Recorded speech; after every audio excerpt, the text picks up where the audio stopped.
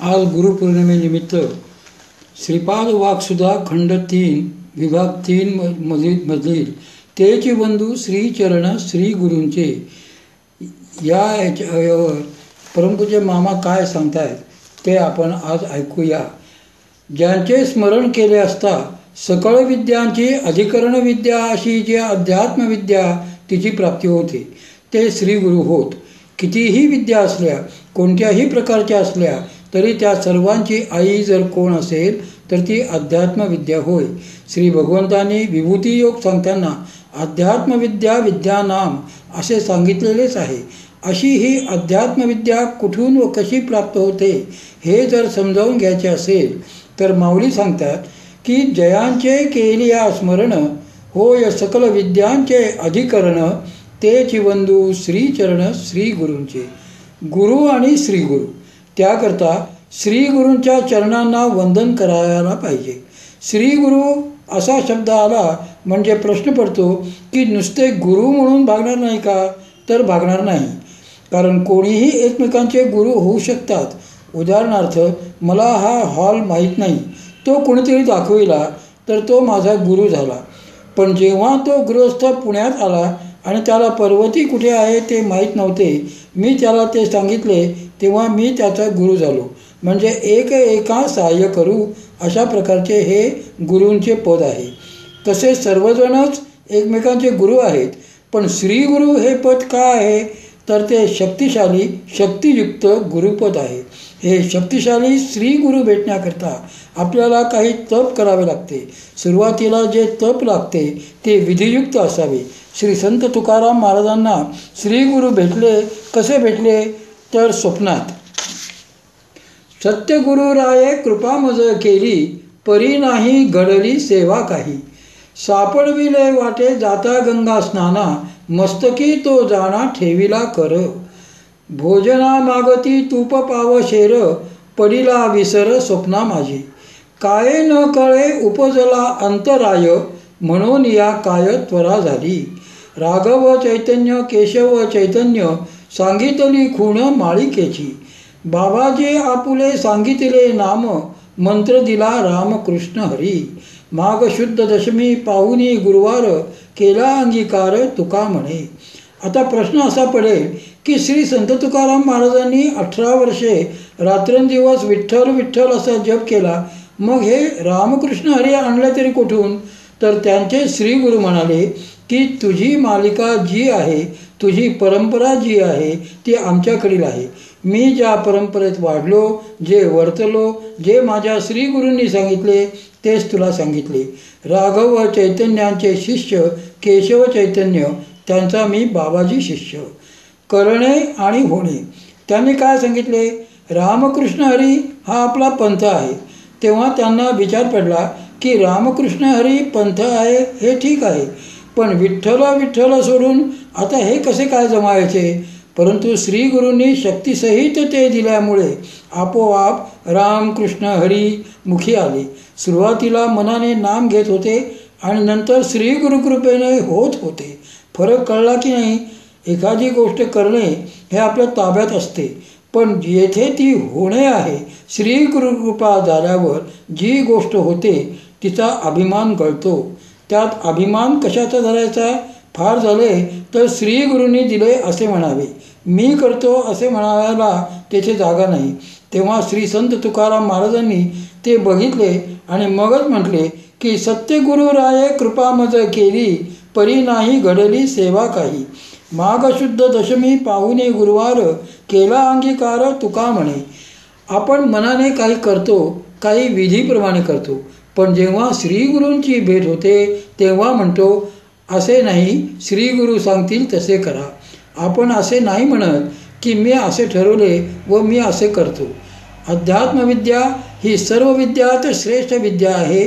म्हणून जयांचे केलिया स्मरण होय सकल विद्यांचे अधिकरण तेची बंधू श्रीचरण श्रीगुरूंचे. सद्गुरूंची गरज म्हणजे काय? हे श्रीचरण काय आहेत आणि श्रीगुरू कसे आहेत? यात फरक असा आहे की गुरु हे एकमेकांचे असू शकतात.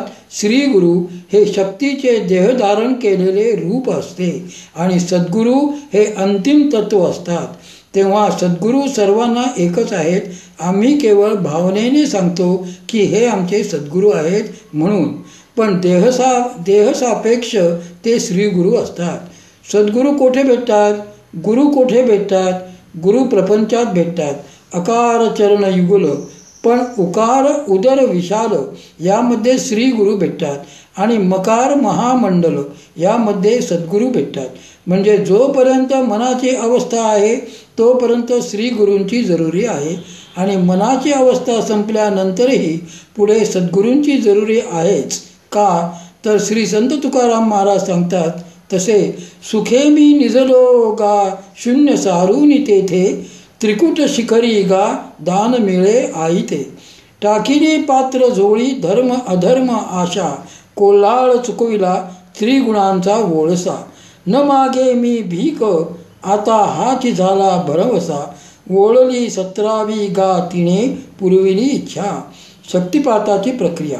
17वी कला म्हणजे कुंडलिनी, तिलाच अमृत कला असे म्हणतात. ती वोळली म्हणजे प्रगट झाली. माझ्या शरीरात माझीच असलेली शक्ती प्रगट झाली. जसे बत्ती माझीच आणि पणतीही माझीच, जसे तेलही माझेच आणि वातेही माझीच, पण प्रकाश मात्र दुसऱ्या कुठल्या तरी पणतीने दिला. त्या पणतीचे काही एक नुकसान झाले नाही, एका पैसे सुद्धा नाही. त्यातले तेल घेतले नाही की वात घेतली नाही. पण तेथे एक गंमत होते.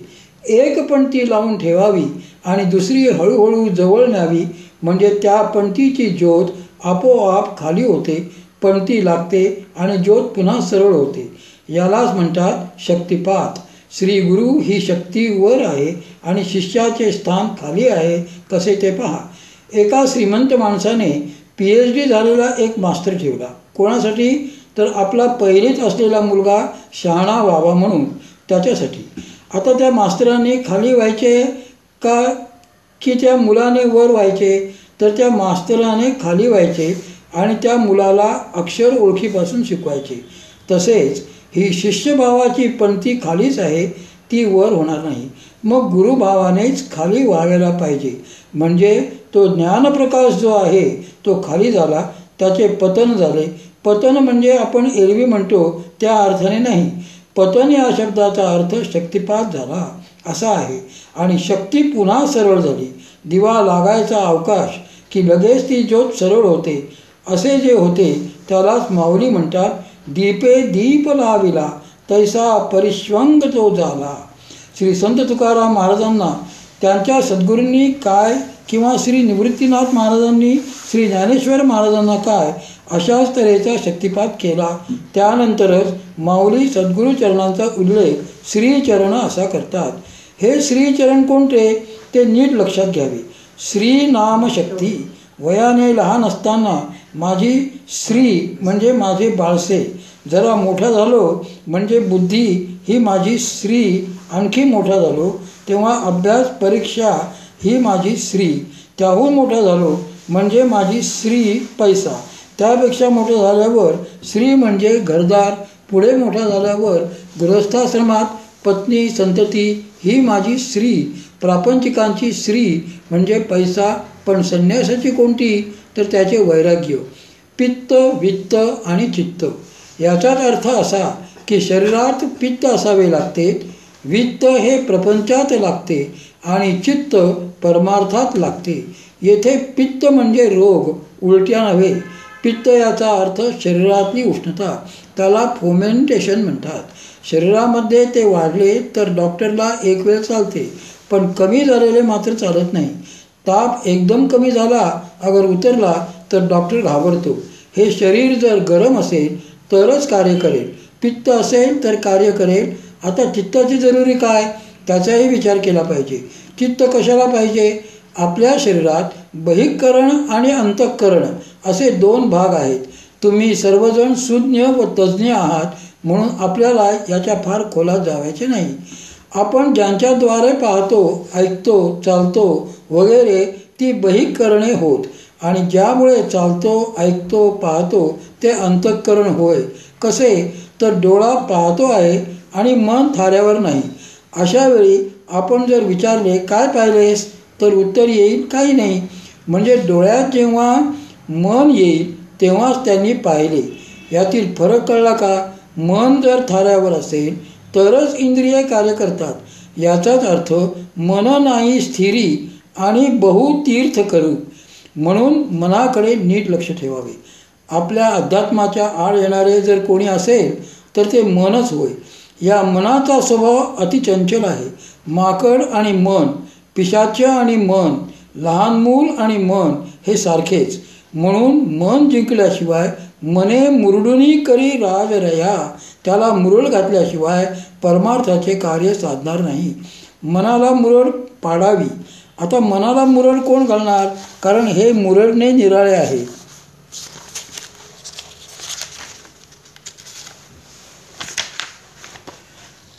कसे तर करंजी आणि कानोल्यातला फरक लक्षात घ्या म्हणजे कळेल. माहेरवाशीन सासरी जायची असेल तेव्हा तिची आई तिच्याबरोबर करंजी देत नाही तर कानोला देते. कारण करंजी कातणीने कातरतात, कानोल्याला मुरड घालतात. म्हणजे मुरडलेले लागते, कातरलेले चालत नाही. कापणे कातरणे हा धर्म नाही आणि मनाला मारणे हाही धर्म नाही. मनाला मुरड घालणे हा धर्म आहे. हे कार्य कोणाचे आहे? तर हे शक्तीचे कार्य आहे. त्या शक्तीचे वाहन कोणते? तर प्राण. त्यावर शक्ती बसते म्हणजे प्राणशक्ती चामुंडा. तेव्हाच तो प्राण मनाला त्या त्या इंद्रियांपाशी नेतो आणि इंद्रियांकडून कार्य करवतो. प्रथमतः हा प्राण इंद्रियांच्या ठायी गेल्यावर मगच ती कार्य करतात. दीक्षा व्हायच्या आधी त्या विषयवासना इंद्रियाद्वारे पुरविल्या जातात. पण शक्तिपात दीक्षा झाल्यावर बैठक केली पाहिजे असे विचार सुरू होतात. म्हणजे काय झाले तर विचारात बदल झाला. आणि हा बदल झाल्यानंतर काय परिस्थिती निर्माण झाली तर मन मुरडले. अशा प्रकारे मनाला मुरडणारी जी भगवती शक्ती आहे ती धन्य आहे. तीच श्री नामशक्ती. ही शक्ती आपल्या आतच आहे, बाहेर कोठेही नाही. कारण जे जे मी सांगतो ते ते सारे आतच आहे, त्या बाहेर काहीही नाही. बहिःकरणे जशी बाहेर दिसतात तशी अंतःकरणे आत असतात. अंतःकरण योगाने बहिःकरणे चालतात, बोलतात एवढेच. याचे मुख्य बीज कशात आहे तर प्राणात. उदाहरण दिले म्हणजे लक्षात येईल. इंद्रियांचे भांडण. एकदा सर्व इंद्रिये मुले भांडतात तसे आपापसात भांडू लागली. डोळा म्हणाला मी श्रेष्ठ, कान म्हणाला मी श्रेष्ठ, त्याचप्रमाणे हात पाय म्हणाले आम्ही श्रेष्ठ. तेव्हा हा तंटा कुठे मिटवायचा तर ही मुले म्हणजे ही इंद्रिये गेली आईकडे. आईने त्यांना पाठवले बापाकडे. आमचे आईबाप तर एकच आहेत. मूळ आईबाप आहेत ब्रह्मदेव, त्यांना बायको आहे पण मुलगा नाही. विष्णू आणि शंकर यांनाही बायको आहे पण मुलगा नाही. गणपती हा मळाचा, या तीनही देवांना मुलगा नाही. पण त्यांची शक्ती अशी आहे की त्यांनी असा काम केला की मुलगा, असा काम केला की मुलगी. आपल्या बाबतीत असे आहे की आपण कान काढून ठेवला तरी मुलगा, मुलगी व्हायची नाही. फरक काय तर त्यांचे सामर्थ्यच तसे आहे. त्यांची ताकदच अशी आहे की एक शिंक आली तर प्रचंड उलथापालथ होईल. आमच्या शिंकेने फार तर शेंबूड बाहेर पडेल, त्याहून अधिक काय होणार. तर अशी ती मुले ब्रह्मदेवाकडे गेली. त्यांना म्हणाली भगवान, आमच्यात भांडणे सुरू झाली आहेत, तेवढी तुम्ही मिटवा. आमच्यात श्रेष्ठ कोण? ते म्हणाले ज्याच्या वाचून सर्वांचे अडते तो श्रेष्ठ. उदाहरणार्थ घरात कर्ता पुरुष आहे आणि बाकी सगळे मम म्हणणारे आहेत. कुणाची शाळा आहे, कुणाची फी आहे, कुणाचे कपडे आहेत, या सगळ्यांसाठी सगळे कोणावर अवलंबून आहेत तर जो घरातला कर्ता आहे त्याच्यावर. आणि हा कर्ता समजा वारला तर सगळ्यांच्या नाड्या ढिल्या पडतील. सारे चंबूगबाळे आवरले आणि जाताना जर काहीच व्यवस्था केली नाही तर काय होईल? बाकीच्या सर्वांचे अडेल. तसे यांच्यातला कर्ता कोण तर डोळा वगैरे म्हणू लागले की मीच करता. शेवटी त्यांची कमिटी बसली आणि त्यात एक ठराव मंजूर झाला. आमची आई नेहमी म्हणायची तुला कमिटी याचा अर्थ माहीत आहे का? मी म्हणायचो नाही. तेव्हा ती सांगे जिच्यात काम कमी ती फार, ती कमिटी. अगोदर यांच्या कमिटीत सुरू झाल्या हाणामाऱ्या. शेवटी असे ठरले की 24 तास एकमेकाने रजेवर जायचे. आधी डोळा म्हणाला मी जातो रजेवर आणि डोळा रजेवर गेला. 24 तासांनी परत आल्यावर तो म्हणाला, तुम्ही माझ्याशिवाय कसे जगलात? बाकीचे म्हणाले, आंधळा जगतो तसे. डोळ्याला कळले की आपल्यापासून कोणाचीही अडत नाही. मग कान रजेवर गेला. परत आला तेव्हा त्याने विचारले, तुम्ही माझ्याशिवाय कसे जगलात? बाकीचे म्हणाले, बहिरा जगतो तसे. अशी प्रत्येक इंद्रियांची एक एक करत वाट लागली. शेवटी राहिले मन. मनाला फार घमेंड, कारण मन एव मनुष्याणाम कारणम बंध मोक्षयोः. बंधालाही कारण मनच, मोक्षालाही कारण मनच. त्याला स्वतःबद्दल अति घमेंड. ते म्हणाले, आता ठरल्याप्रमाणे 24 तास मी सुद्धा रजेवर जायला हवे. ते गेले आणि 24 तासांनी परत आले. म्हणाले, अरे मी नसताना तुम्ही सगळेजण कसे जगलात? सर्वजण म्हणाले, पाळण्यातले पोर किंवा मेंटल केससारखे कसे जगलात म्हणजे काय? असे जगलो. मग मनालाही कळले की माझी काही मात्रा येथे चालत नाही, तेथे मनाचीही जरुरी नाही. एक खांबी तंबू. असे होता होता 16 मिनिट